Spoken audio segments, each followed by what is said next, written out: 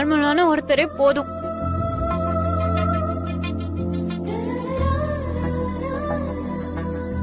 Sir key கொடுக்கணும். மித்ரா கீயை வாங்கிக்கோங்க.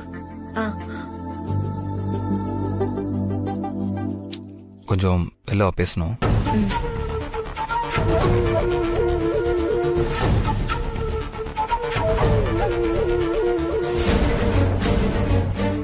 மித்ராக்கா கிட்ட சூப்பர்மேன் ஏதோ சொன்னாரு. அத கேட்டதும் அவங்களும் வெளியே போறாங்க.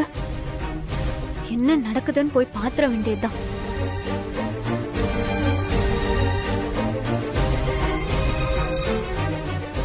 போலாம்.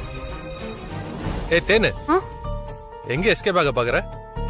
உன்னை பத்தி தானே பேசிட்டு இருக்கோம். இரு. இல்ல மாமா, ஒரு சின்ன வேலை இருக்கு, முடிச்சிட்டு வந்துடுறேன். ஹலோ, இதெல்லாம் நம்புற மாதிரியா இருக்கு?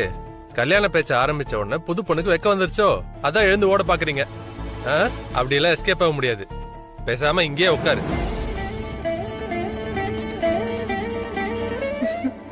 லூசு மாமா.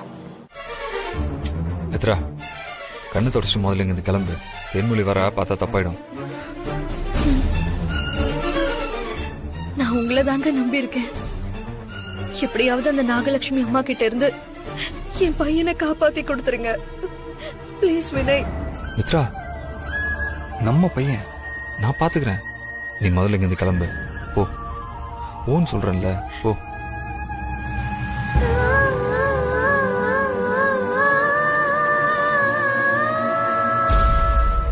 ஓஹோ, கதை இப்படி போகுதா?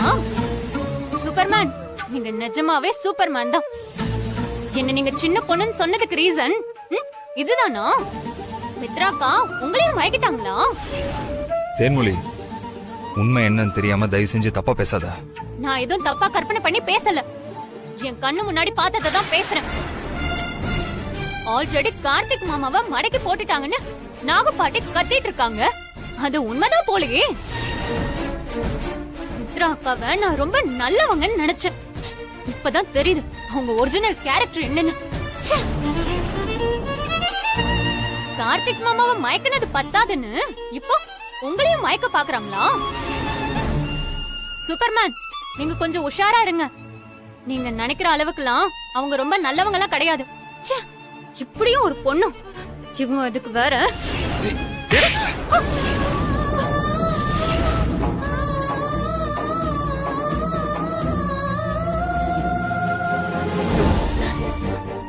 இது பாரு, இதுக்கப்புறம் ஒரு வார்த்தை பேசின அப்புறம் என்ன பண்ணுவேன்னு எனக்கே தெரியாது.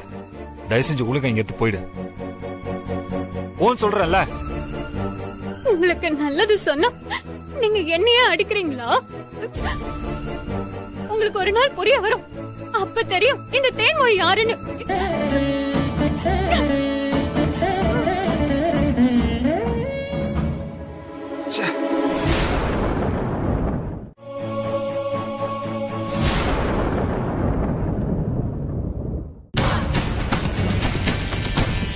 ஆமா ஆமா, சரி நான் கூப்பிடுறேன். ஓகேவா?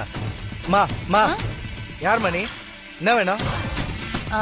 இல்லப்பா, இங்க சிவனாண்டி யாரு? அவரை கொஞ்சம் பார்க்கணும். ஓ, அண்ணனை பார்க்க வந்திருக்கீங்க? உள்ளதா இருக்காரு, போங்க.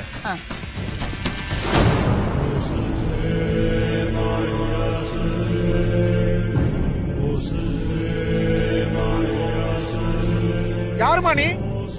இங்க என்ன பண்ற? ஐயோ, போன்ல பேசுனனே, நாகு. அது நான் தாங்க. நாகுவா? வாங்க வாங்க மேடம். ஏய், அந்த சேர் எடுத்து போடுறேன். இல்ல இல்ல, பரவாயில்ல, இருக்கட்டும். வேணாம், நான் நின்னுக்கிட்டே பேசிடுறேன். மேடம், பாத்துக்கிட்டே இருந்தா எப்படி? அது வந்து விஷயம் என்னன்னா, விஷயத்தெல்லாம் தலைவர் காலையில சொல்லிட்டாரு. நாங்க தூக்க வேண்டிய உருப்படியோட போட்டோ டீடைல்ஸ் எல்லாம் கொண்டு வந்திருக்கீங்க. இருங்க, போன்ல தான் போட்டோ இருக்கு, நான் காட்டுறேன்.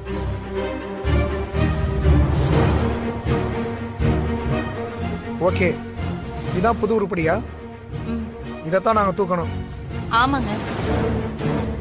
கொஞ்சம் இருங்க. இந்தாங்க, நீங்க கேட்ட பணம். எண்ணி பாத்துக்கோங்க, எல்லாம் கரெக்டா இருக்கும். இங்க பாருங்க, வெள்ளிக்கிழமை ஒரே ஒரு நாள் மட்டும் நீங்க தூக்கிட்டு வந்து வச்சிருந்தீங்கன்னா போதும். நான் போன் பண்ணதுக்கு அப்புறம் அவனை வெளியில விட்டா போதும். இங்க பாருங்க, எக்காரணத்தை கொண்டும் அவன் தப்பிச்சிடவே கூடாது.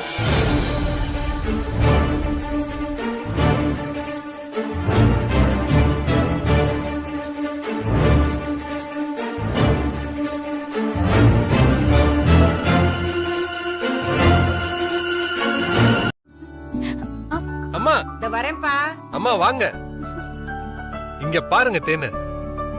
ஆ? அட தேனு, வர வர ஆளே அப்படியே மாறி போயிட்டியே. வர வர ரொம்ப அழகாயிட்ட. என் கண்ணே பற்றும் போல இருக்கு. ம், தேங்க்ஸ் பாட்டி. என்ன இது, வர வர தேனோட நடவடிக்கை கொஞ்சம் கூட சரியில்லையே. ஆமா, இந்த புடவைய எங்கேயோ தேனு புடவை கட்டிட்டு வந்திருக்கிறத பார்த்தா கல்யாண ஆசை வந்துருச்சு போல இருக்கே. என்ன தேனு, ஆமா தானே? அடடா, தேனுக்கு வெக்கத்தை பாருங்களேன்.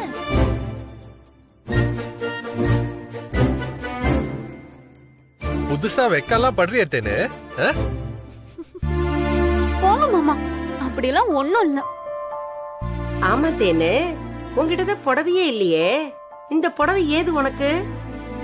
அது மித்ரா அக்காவோட புடவைய எடுத்து கட்டிக்கிட்டேன் பாட்டி.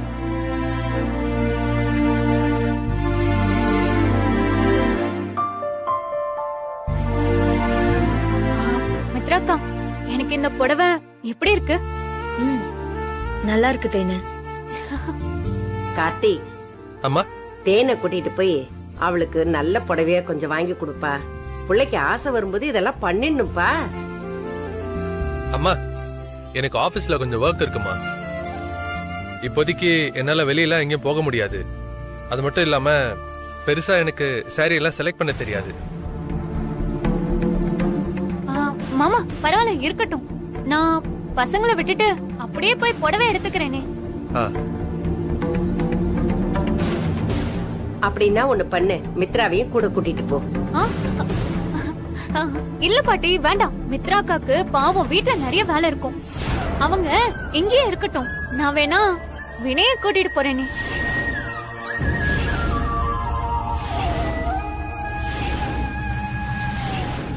தேனு அப்படியெல்லாம் சொல்லக்கூடாது. மித்ராவும் உன் கூட தான் வருவாங்க. மித்ரா, நீங்களும் கொஞ்சம் தேன் கூட போயிட்டு வந்துருங்க. சூப்பர்மேன், எனக்காக நீங்க ஷோரூம் வரைக்கும் வந்து சாரி செலக்ட் பண்ணி கொடுத்ததுக்கு. ஃபர்ஸ்ட் டைமா எனக்குன்னு எடுத்த புடவைய நீங்க தான் செலக்ட் பண்ணி கொடுத்திருக்கீங்க. எனக்கு இத்தனை புடவை எல்லாம் தேவையில்ல, ஒன்னே ஒண்ணு இருந்தா போதும் தான் நான் நினைச்சேன். ஏன்னா நான் சின்ன பொண்ணு இல்ல, புடவை கட்டினா நானும் பெரிய மனுஷி மாதிரி தெரிவேன்னு உங்களுக்கு காட்டுறதுக்கு தான் நான் சாரி வாங்கணும்னு நினைச்சேன். ஆனா அன்எக்ஸ்பெக்டடா நீங்க கூட வந்து செலக்ட் பண்ணீங்களா, அதுதான் மொத்தமா அள்ளிட்டு வந்துட்டேன். இனிமே பாருங்க, டெய்லி ஒரு சாரின்னு கலர் கலரா டிசைனா கட்டிட்டு வந்து உங்க முன்னாடி நிப்பேன். அப்பயாவது உங்க மனசு மாறி நான் சின்ன பிள்ளை இல்ல பெரிய மனுஷன்னு தோணுதான்னு பாக்கலாம். இங்க பாரு தேனு, இப்ப நீ சொன்ன மாதிரி நீ சின்ன பொண்ணு இல்ல, பெரிய மனுஷன்தான். உனக்கு கல்யாண வயசும் வந்துருச்சு, நான் ஒத்துக்கிறேன். ஆனா நீ நினைக்கிற மாதிரி நான் உனக்கு பொருத்தமானவன் இல்ல தேனு. அத நீங்க சொல்லக்கூடாது சரியா, நான் தான் சொல்லணும். என்ன பொறுத்த வரைக்கும் எனக்கு ஹஸ்பண்டா வரவரு எனக்கு பொருத்தமானவரா இருக்கணும்ன்றதை விட எனக்கு பிடிச்சவரா இருக்கணும். அதுதான் எனக்கு ரொம்ப முக்கியம். அம்மா, எதை வச்சு என்ன பிடிச்சிருக்குன்னு சொல்ற? உனக்கு என்ன பத்தி என்ன தெரியும் சொல்லு. இப்போ ஒரு மாசமா உங்களை பாத்துட்டு இருக்கேனே, ஒரு நாள் கூட நீங்க என்ன தப்பா பார்த்ததும் இல்ல பேசினதும் இல்ல. இப்ப கூட பாருங்க, நானே உங்ககிட்ட வந்து நம்ம கல்யாணத்தை பத்தி பேசுறேன். நீங்க பிடி கொடுக்காம பேசுறீங்க. இந்த ஜென்டில்மேன் தனும் எத்தனை பசங்க கிட்ட இருக்கும் சொல்லுங்க? அதுவும் என்ன மாதிரி ஐஃபையான ஒரு பொண்ணு வாண்டடா வரும்போது எந்த பையனாவது வேண்டான்னு சொல்வானா? ஆனா நீங்க சொல்றீங்க, இதுக்கே நான் உங்களை துரத்தி லவ் பண்ணுவேன். ஏய் லூசா நீ, நான் என்ன சொல்ல வரேன்னு உனக்கு புரியலையா? இங்க பாரு, நானும் உன் வயசுல உன்ன மாதிரி தான் பாக்குற பொண்ணையெல்லாம் கல்யாணம் பண்ணிக்கணும்னு கேட்பேன். ஆனா அதுல சும்மா ஒரு ஜாலிக்கு தான். நீ இப்ப சொன்னது கூட நான் அப்படிதான் எடுத்துக்கிறேன். இதெல்லாம் நீயும் ஒரு ஃபன்னா நினைச்சு மறந்துடு. சும்மா விளையாட்டு கூட இது மாதிரிலாம் சொல்லாத. ஹலோ, என்ன விளையாடுறீங்களா? நான் சீரியஸா தாங்க சொல்லிட்டு இருக்கேன். நான் கல்யாணம் பண்ணா உங்களை மட்டும் தான் பண்ணுவேன். ஐயோ புரிஞ்சுக்கோ தேனு, எனக்கு கல்யாணம் ஆயிடுச்சு.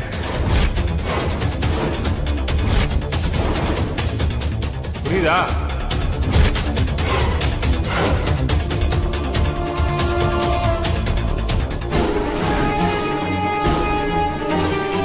பண்ணாளா? மித்ராக்காவா? அவங்க ஷோரூமை எட்டி பார்த்ததோட சரி, திரும்பி அவங்க கார்லயே போய் உட்காந்துட்டாங்க பாட்டி. இது எல்லாத்தையும் நானும் சூப்பர்மானும் தான் எடுத்தோம். பரவாயில்ல, ஓ ரசனையும் நல்லாதான் இருக்கு. தேங்க்யூ பாட்டி. காஸ்ட்லியான புடவை தான் செலக்ட் பண்ணிருக்க தேனு நீ. செலக்ட் பண்ணா நல்லா தான் இருக்கும், ஆனா அது புரிய வேண்டியவங்களுக்கு புரியலையே. என்ன என்ன சொன்ன நீ? நான் கவனிக்கலையே. அது அது ஒண்ணும் இல்ல பாட்டி. ஒண்ணு இல்லையா? ஏதோ உன்னோட செலக்ஷன் கலெக்ஷன் சொன்ன மாதிரி இருந்தது. அது ஒண்ணும் இல்லம்மா, தேன்மொழியோட செலக்ஷன்லாம் பெர்ஃபெக்ட்டா இருக்குமா. நீங்க தான் இன்னும் அவள சின்ன பொண்ணாவே பாக்குறீங்கன்னு அவ சொல்றா. மித்ரா, நீ என்ன சொல்றேன்னு எனக்கு புரியலம்மா. அம்மா, ஒரு பொண்ணு புடவை கட்ட ஆசைப்படுறானா என்ன அர்த்தம்? அவளுக்கு கல்யாண ஆசை வந்துருச்சுன்னு அர்த்தம்.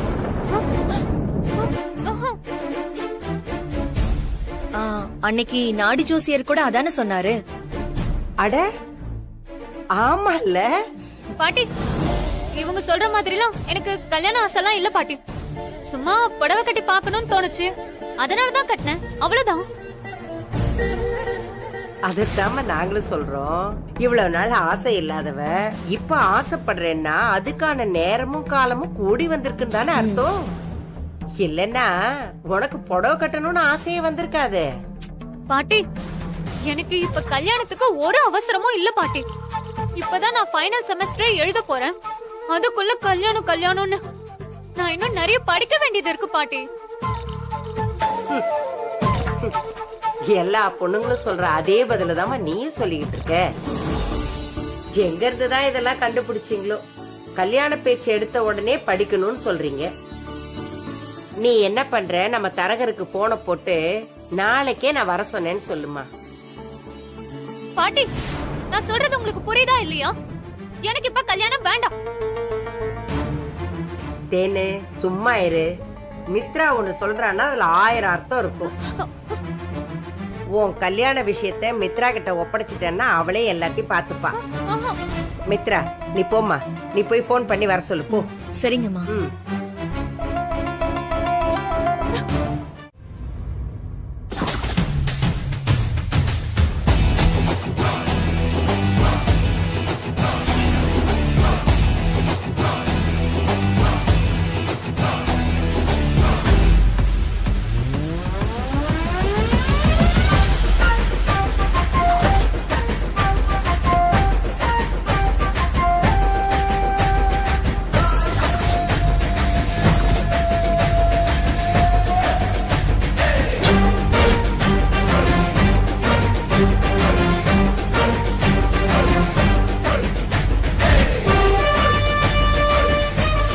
டிரைவர் லைட்டா பின்னாடி வா.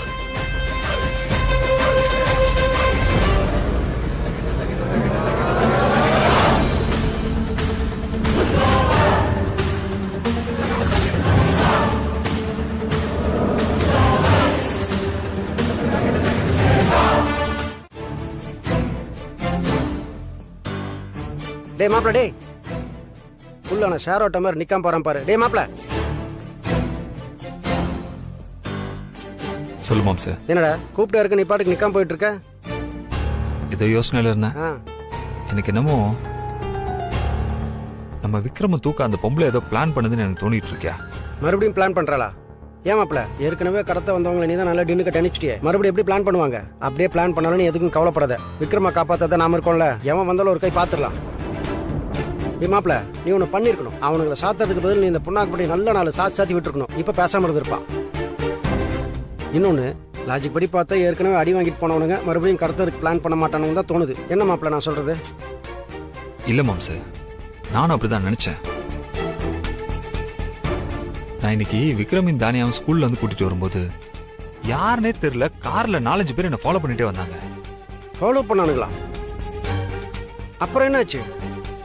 நான் காரை ஓரம் கட்டிட்டு வண்டியில இருந்து ராட் எடுத்துட்டு யாருன்னு பார்க்கலான்னு இறங்கினேன். அதுக்குள்ள எஸ்கேப் ஆயிட்டானுங்கயா. அப்படியா? அந்த புண்ணாக்கு மூட்டை கொழுப்ப பார்த்தியா மாப்ள? சினிமால ஒரு வில்லி மாதிரி கடத்தல் காலையில வச்சு பிளான் பண்ணிட்டு இருக்கா. சும்மாவே இருக்க மாட்டா போல இருக்கு. ஆமா மாம்சு, நான் அதுக்கு தான் சொல்றேன். இங்க பாரியா, நீ சும்மா அசால்ட்டா இருந்துடாத. இன்னைக்கு ஒரு நைட்டு மட்டும் தூங்காம கண்ணு முடிச்சு பாத்துக்கோ. நாளைக்கு விடிஞ்சதுமே நான் இங்க இருப்பேன். அதுக்கப்புறம் நான் பாத்துக்கிறேன். ஏன் மாப்ள, நான் தினமும் தூங்கிட்டா இருக்கேன். அன்னைக்கு நான் சாப்பிட்ட சாப்பாட்டுல புண்ணாக்கு மூட்டை மயக்க மருந்து கலந்து விட்டுருக்கா. அதான் தூங்கிட்டேன். இதை பாரு, எனக்கு விடிய முடிச்சுட்டு இருப்பேன். நீ எதுக்கும் கவலைப்படாத, தைரியமா வீட்டுக்கு போ. சரி மாம்சு. அப்புறம் இன்னொன்னு, நீ மறந்து போய் போன் ஏதாவது சைலண்ட்ல போட்டுறாத. அப்புறம் போனை நல்லா சார்ஜ் பண்ணுவேன். ஏதாவது பிரச்சனைன்னு கூப்பிட்டா எந்திரிக்கணும்ல. உன் பொண்டாட்டி வர. வாமா. வினய், சொல்லு மித்ரா. எனக்கு ரொம்ப பயமா இருக்கு வினய். விடிஞ்சா வெள்ளிக்கிழமை அந்த அம்மா என்ன பண்ணும் ஏது பண்ணும்னே தெரியல. நமக்கு எதுக்கு ரிஸ்க்? நாம வேணா போலீஸ் கிட்டயும் இல்ல கார்த்திக் சார் கிட்டயும் இந்த விஷயத்த சொல்லிரலாமா? எதை போய் சொல்லுவ மித்ரா? இப்ப நம்ம போய் யாருகிட்ட இந்த விஷயத்தை பத்தி சொன்னாலும் மாட்ட போறது என்னமோ நம்ம தான். இருந்தாலும் ஏதோ தப்பா நடக்க போகுதுன்னு தெரிஞ்சும் எப்படி வினய் பார்த்துட்டு சும்மா இருக்க முடியும்? நீ விக்ரம மட்டும் பத்திரமா பாத்துக்கோ, அது போதும். இங்க விடிய விடிய தூங்காம மாமா யாரும் வராம பாத்துப்பாரு. யாரும் அவரை மீறி உள்ள வர முடியாது. இங்க இல்லாம நான் வீட்டுக்கு போனாலும் என் நினைப்பு முழுக்க இங்கதான் இருக்கும்.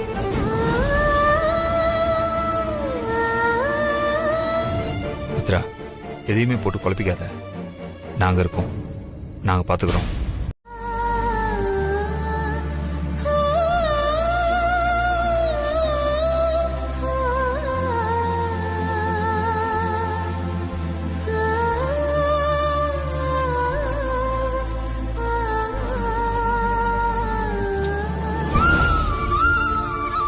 கதை சொல்லு மம்மி.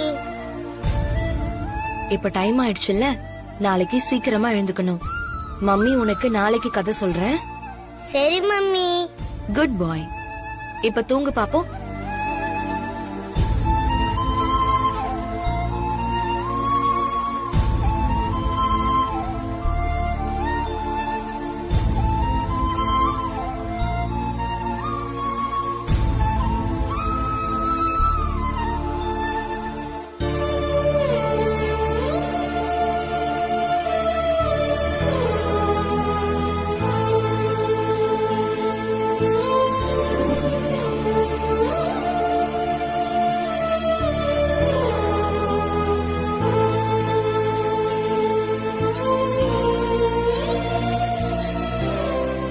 என்னாச்சு மம்மி, உனக்கு தூக்கம் வரலையா?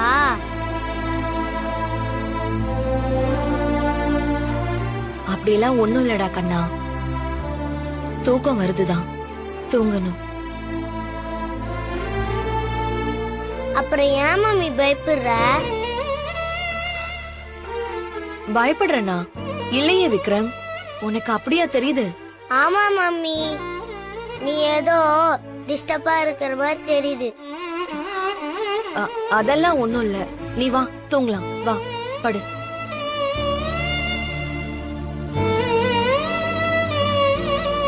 மம்மி, இன்னைக்கு ஸ்கூலுக்கு போயிட்டு வரும்போது ஒரு கார்ல சில பேட் பாய்ஸ் எங்களை ஃபாலோ பண்ணிக்கிட்டே வந்தாங்க மம்மி. என்ன விக்ரம் சொல்ற? என்னாச்சு? ஆமா மம்மி, வினய் அங்கிள் இருக்கார்ல, நம்ம கார்ல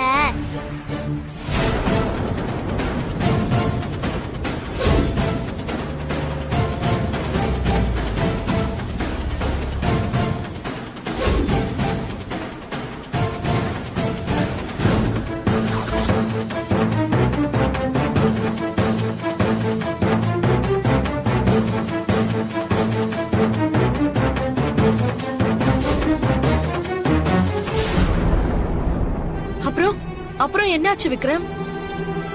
அப்புறம் என்ன, வினய் அங்கிள் வந்து இந்த வீட்ல யாருக்கிட்டயும் சொல்ல வேண்டாம், தெரிஞ்சா அவங்க பயப்படுவாங்கன்னு சொன்னாரு.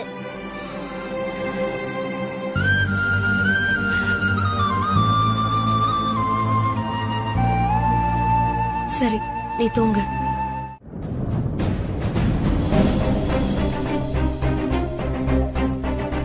என்னம்மா என்னாச்சு? பதட்டமா ஓடி வர? காலையில அந்த பொண்ணாக்கு மட்டும் பிரச்சனை பண்றாளா? அதெல்லாம் ஒண்ணும் இல்ல மாமா. வினய் உங்ககிட்ட லீவுன்னு சொன்னாரா? இல்லையம்மா, அவன் அப்படி என்கிட்ட எதுவும் சொல்லலையே. ஏன் கேக்குற? இல்ல, காலையில சீக்கிரம் வரேன்னு சொன்னாரு, இன்னும் வரவே இல்ல. நைட்டு கார்த்திக் சார் போனுக்கு லீவுன்னு மெசேஜ் பண்ணிருக்காரு. கார்த்திக் சார் போனுக்கு மெசேஜ் பண்ணிருக்கானா? லீவ் போடணும்னா போன் பண்ணி தானே சொல்லுவான். அது இல்லாம அவன் லீவ் போடுற சான்ஸே இல்லையாம்மா. அவன் இங்க இருக்கிறதே உனக்காகவும் விக்ரமுக்காகவும் தான். அப்படி இருக்கிறவன் எப்படி லீவ் போடுவான்? ஐயோ, எனக்கு ரொம்ப பயமா இருக்கு. அவருக்கு என்ன ஆச்சோ தெரியலையே. இத பாரு மித்ரா, எதுக்கு பதட்டப்படுற? அவனுக்கு ஒன்னும் ஆயிருக்காது. அவன் வீட்டுல தான் இருப்பான். நான் போய் அவன் வீட்டுல இருக்கிறான்னு பாக்குறேன். என்ன, நீ விக்ரம பத்திரமா பாத்துக்கோ. எதுவா இருந்தாலும் எனக்கு போன் பண்ணு, சரியா? மித்ரா, நான் போய் பார்த்துட்டு உனக்கு போன் பண்றேன்.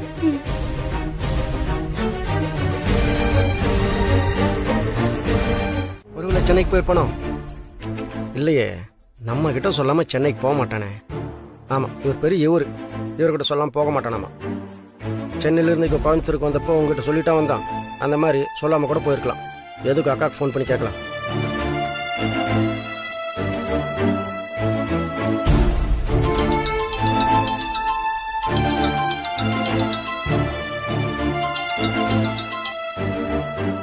ஹலோ அக்கா. என்னடா நடக்குதாங்க? நான் தான் வீட்டுக்குள்ள குறுக்க நடுக்க நடந்துட்டு இருக்கேன்.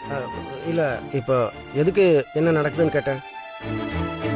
ஆமா, நானே நைட்ல இருந்து வினைக்கு 10 தடவை கால் பண்ணிட்டேன். அவன் போன் சுவிட்ச் ஆஃப்னு வருது. போனை கூட பார்க்காம அவன் அப்படி என்ன பண்ணிட்டு இருக்கான்? அப்ப மாப்பிள்ள சென்னைக்கும் போகலையா? வேற எங்க போயிருப்பான்? ஐயோ, மித்ரா வேற செகண்ட் லைன்ல வராளே. நான் என்ன சொல்லுவேன்? அருண், ஹலோ, என்னடா அமைதியா இருக்க? சொல்லுக்கா. ஆமா, வினய் எங்க? என்ன பண்ணிட்டு இருக்கான்? அது வினய் தூங்கிட்டு இருக்கான்க்கா. எது, தூங்குறானா? அது ராத்திரி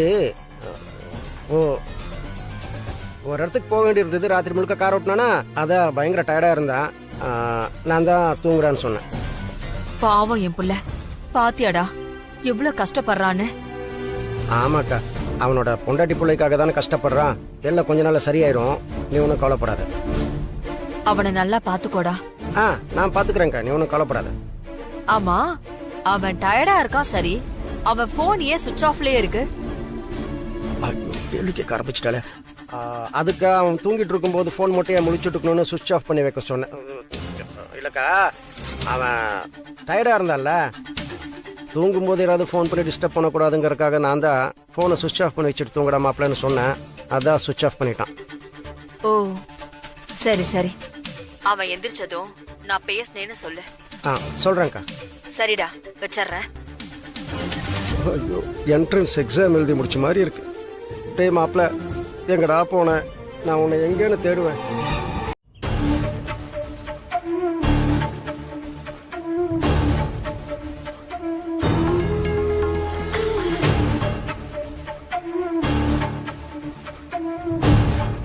வினய், என்னாச்சு உங்களுக்கு? தினமும் ஷார்ப்பா கரெக்ட் டைமுக்கு வந்து நிப்பீங்க. இன்னைக்கு இவ்ளோ லேட் ஆகியும் நீங்க இன்னும் ஆளை காணோம். போன் பண்ணா நாட் ரீச்சபிள்னு வருது. உங்களுக்கு ஏதாவது ப்ராப்ளமா? இன்னைக்கு ஒரு டைமாவது நீங்க விக்ரம மீட் பண்ணி ஆகணும்னு நாடி ஜோசியர் சொன்னதா நீங்க தான் என்கிட்டயே சொன்னீங்க. அப்புறம் ஏன் நீங்க இன்னும் வரல? ஒருவேளை மறந்துட்டீங்களா? இல்ல இல்ல, மறந்திருக்க மாட்டீங்க. நேத்து நைட்டு என்கிட்ட சீக்கிரமா வரதா சொல்லிட்டு போனீங்க. நிச்சயம் நீங்க மறந்திருக்க மாட்டீங்க. யாரோ உங்களை இங்க வர விடாம தடுத்து நிறுத்திருக்காங்க. அது யாருன்னு எனக்கு நல்லாவே தெரியும். அந்த நாகலட்சுமி அம்மா தான் உங்களை இங்க வர விடாம தடுத்திருக்காங்க. அவங்கள புடிச்சு விசாரிச்சா உண்மை என்னன்னு தெரிஞ்சிடும்.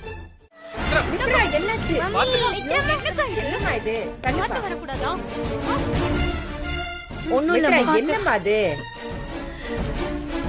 ஏம்மா பார்த்து வரக்கூடாதா? ஒரு நிமிஷம் எனக்கே அப்படியே பகீர்னு ஆயிடுச்சு. வேகமா வந்ததுல சேலையில கால் சிக்கிக்குச்சுமா. உன்னை யார் வேகமா வர சொன்னாங்க மித்ரா?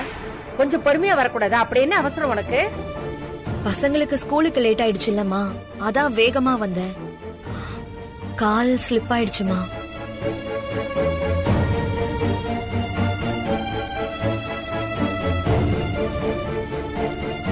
என்னம்மா நீ ஏதாவது ஒண்ணு கிடக்க ஒண்ணு ஆயிருந்தா என்ன ஆகும் சொல்லு.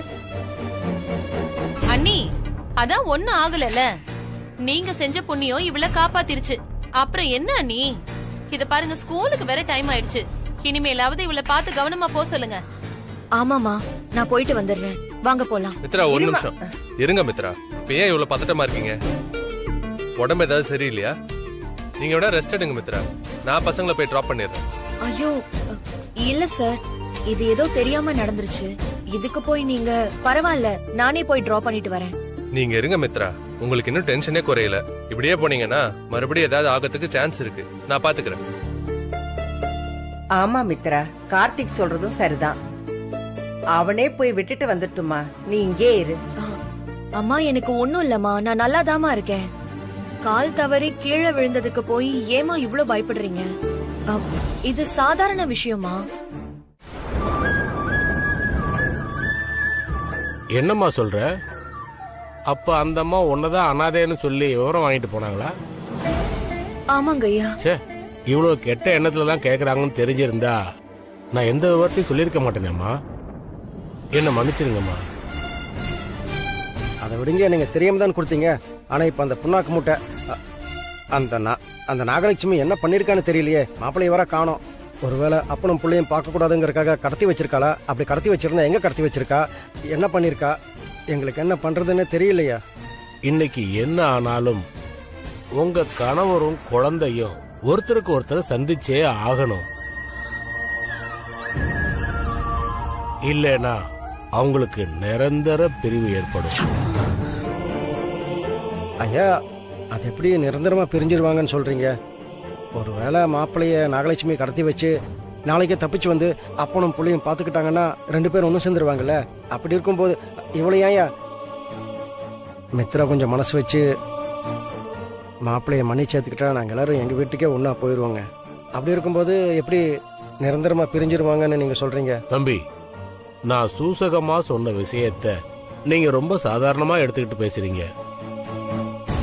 இன்னைக்கு உலகம் போற வேகத்துல எவ்வளவு தூரத்துல இருந்தாலும் ஏன் பூமியில இருக்கிற ஒரு ஆள் வேற கிரகத்துல இருக்கிற ஒரு ஆளை பார்த்து பேசிக்க முடியும். அந்த அளவுக்கு தொழில்நுட்பம் வளர்ந்துருச்சு. ஆனா நான் சொன்ன பிரிவுங்கிறது இது இல்ல. ஐயா, நீங்க என்ன சொல்றீங்க? நீங்க பிரிவுங்கிறத எதை நினைக்கிறீங்கன்னு தெரியல. ஆனா உடல்ல இருந்து பிரிஞ்சு போன உயிரை திரும்ப உடல்ல புகுத்துற விஷயம் இந்த விஞ்ஞானத்திலயும் இல்ல, அஞ்ஞானத்திலயும் இல்ல. சில விஷயங்கள் கடவுளால மட்டும்தான் சாத்தியம். 2 பேரும் தனித்தனியா பிரிஞ்சு போறது மட்டும்தான் பிரிவா என்ன? ஐயா, 2 பேர்ல ஒருத்தரோட உயிர் இந்த லோகத்தை விட்டு பிரிஞ்சு போனாலும் அதுவும் பிரிவுதான்.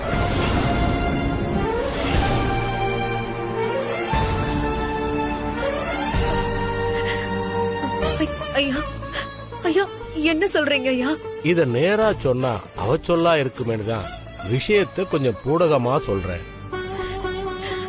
இன்னைக்கு சூரிய அஸ்தமனம் ஆகிறதுக்கு முன்னாடியே 2 பேரும் ஒருத்தருக்கு ஒருத்தர் கண்டிப்பா சந்திச்சே ஆகணும். அப்படி நடக்கலன்னா நாளைக்கு காலையில உங்க கணவர் உயிருக்கு ஆபத்து இருக்கு. வினய், என்ன மன்னிச்சிருங்க வினய். ஐயோ, நான் தப்பு பண்ணிட்டேன். அன்னைக்கே ஜோசியர் எச்சரிக்கை பண்ணியும் நான் அசால்ட்டா இருந்தது என்னோட தப்பு தான். நான் மட்டும் அலாட்டா இருந்து வினயும் விக்ரமையும் ஒரே இடத்துல தங்க வச்சிருந்தா இப்படி இந்த மாதிரி பிரச்சனை வந்திருக்காது. ஐயோ, தப்பு பண்ணிட்டேன் வினய். ஜோசியர் நிரந்தரமா பிரிஞ்சிருவாங்கன்னு சொன்னதுக்கு இதுதான் அர்த்தம்னு தெரிஞ்சிருந்தா நான் அப்பவே எச்சரிக்கையா இருந்திருப்பேன். மித்ரா, அழுதுட்டு இருக்கிறதுல எந்த பிரயோஜனமும் இல்லம்மா. அதான் ஜோசியர் சொன்னாரு, தோஷத்துக்கு பரிகாரம் இருக்கிற மாதிரி அம்மன் கோயிலுக்கு போய் அங்க பிரதட்சணம் பண்ணா வினைக்கும் விக்ரமுக்கும் இருக்கிற கண்டத்துல இருந்து தப்பிச்சிருவாங்கன்னு ஜோசியர் சொன்னார்ல. முதல்ல அவர் சொன்னபடி பண்ணமா, எல்லாமே நல்லபடியா நடக்கும். இல்ல, எனக்கு நம்பிக்கை இல்ல. வினையும் விக்ரமையும் காப்பாத்துறதுக்கு கடவுள் உதவுவார்னு எனக்கு தோணல மாமா. அப்படியெல்லாம் சொல்லாதம்மா. கடவுள் எப்போ நல்லவங்களை கைவிட மாட்டாரு. நீ கோவிலுக்கு போய் அங்க பிரதட்சணம் பண்ணு, எல்லாமே நல்லபடியா நடக்கும். மனுஷனால செய்ய முடியாதப்பதான் கடவுள் கிட்ட போய் முறையிட முடியும். வாய்ப்பு இருந்தும் வினயையும் விக்ரமையும் சந்திக்க வைக்காதது என்னோட தப்புதான். தப்ப நான் பண்ணிட்டு கடவுள் கிட்ட போய் எப்படி உதவி கேட்க முடியும்? மித்ரா, சொன்னதையே திரும்ப திரும்ப சொல்லிட்டு இருக்காதம்மா. ஏற்கனவே வினய் இதை பத்தி உங்ககிட்ட சொல்லியிருக்காம்மா. நீ அசால்ட்டா இருந்திருக்க, அதனாலதான் இவ்வளவும் நடந்திருக்கு. திரும்பவும் அதையே பண்ணாத. ஜோசியர் சொன்ன மாதிரி அங்க பிரதட்சணம் பண்ணு. அப்படி பண்ணாம போய் நடக்க கூடாதது நடந்துட்டா நமக்கு தானமா நஷ்டம். இதை பாருமா, அந்த புண்ணாக்கு மூட்டை இவ்வளவும் பண்ணிட்டு வீட்டுல சும்மா உட்காந்துட்டு இருக்க மாட்டா. வினய் எங்க அடைச்சி வச்சிருக்காளோ அங்க போயிட்டு வந்துட்டு தான் இருப்பா. நான் ஒண்ணு பண்றேன், அவளுக்கே தெரியாம அவளை ஃபாலோ பண்ணி வினய் இருக்கிற இடத்த கண்டுபிடிச்சிடுறேன். நீ முதல்ல போய் ஜோசியர் சொன்ன மாதிரி அங்க பிரதட்சணம் பண்ணு. எல்லாமே நல்லபடியா நடக்குமா, பயப்படாத. நான் வரேன்.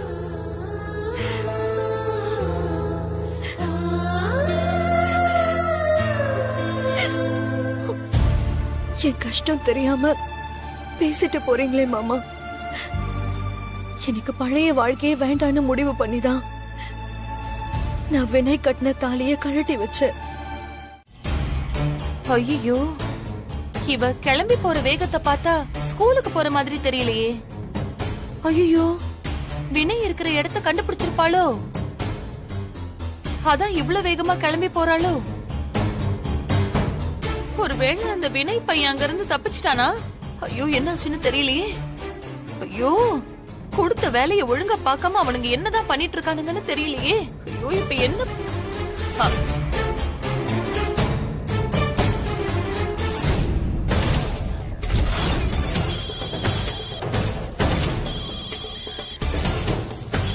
ஏய், நிறுத்துங்கடா. அந்த அம்மா தான் போன் பண்ணுது. சொல்லுங்க மேடம். யோ, அந்த டிரைவர் பையன் அங்க சேஃபா தானே இருக்கா? மேடம், நீங்க சொன்ன மாதிரியே அவனுக்கு மயக்க ஊசி போட்டு மயக்கத்துல தான் வச்சிருக்கோம். நீங்க கவலைலாம் பட வேணாம். இங்க இருந்து அவனால தப்பிக்கவே முடியாது. யோ, நீங்க பேசுறதெல்லாம் நல்லதா இருக்கு, ஆனா நம்பிக்கை தான் வர மாட்டேங்குது. ஏன்னா அவன் ஆள் அந்த மாதிரி. நம்புங்க மேடம், நம்பிக்கை தான் எல்லாம். நம்புறாங்க. நான் பேசுனதை விட மேல போட்டு தரேன். இத பாரு, அவன் மேல ஒரு கண்ணு வச்சுக்கிட்டே இருக்கணும், புரியுதா இல்லையா? சரிங்க மேடம், பண்ணிரலாம்.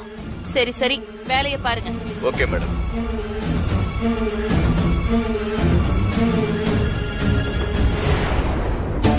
அண்ணா, என்னென்ன சொல்லுச்சு மேடம்? அந்த மேடம் பார்ட்டியை பார்த்து ரொம்ப பயப்படுது. பையன் என்ன அவ்வளவு பெரிய ஜித்தான? என்னன்னா அப்படி சொல்லிட்ட? அவனை பார்த்தாவே தெரியுத. கைய மட்டும் கழட்டி விட்டு இருந்தோம், நம்ம ஒருத்தர் மிஞ்சிருக்க மாட்டோம்னே. நான் தான் அன்னைக்கே சொன்னேனே. ராட இடத்துல ஐயனார் மாதிரி நிக்கிறானே. ஏய், அவனுக்கு அவ்வளவு சீன்லாம் இல்ல, நீ ஃப்ரீயா விடுன. அவனை பாருண்ண, பால் வடிகிற முகம், சின்ன பையன். அட என்னென்ன யோசிக்கிற? விளையாடுன, பாத்துக்கலாம். இல்லடா, அந்த மேடம் இவன் விஷயத்துல இவ்வளவு கரெக்டா இருக்கிறத பார்த்தா எனக்கு ஒன்னும் சரியா படல. ஏய் குமாரு, ஊசி எத்தனை இருக்கு? இன்னும் 2 ஊசி இருக்குண்ணே. எதுக்கும் சேஃப்டிக்கு இப்போ ஒன்னு போட்டு விட்டுரு, பாத்துக்கலாம். என்னண்ணா பேசுற? ஏற்கனவே போட்ட ஊசி 2 மணி நேரம் தாங்குண்ணே. இப்ப இன்னொரு ஊசி போட்டா பாவம் செத்துற போறானே. டேய், செத்தா சாகட்டும், நான் சொல்றத மட்டும் செய். நான் சொல்றத சொல்லிட்டேன்.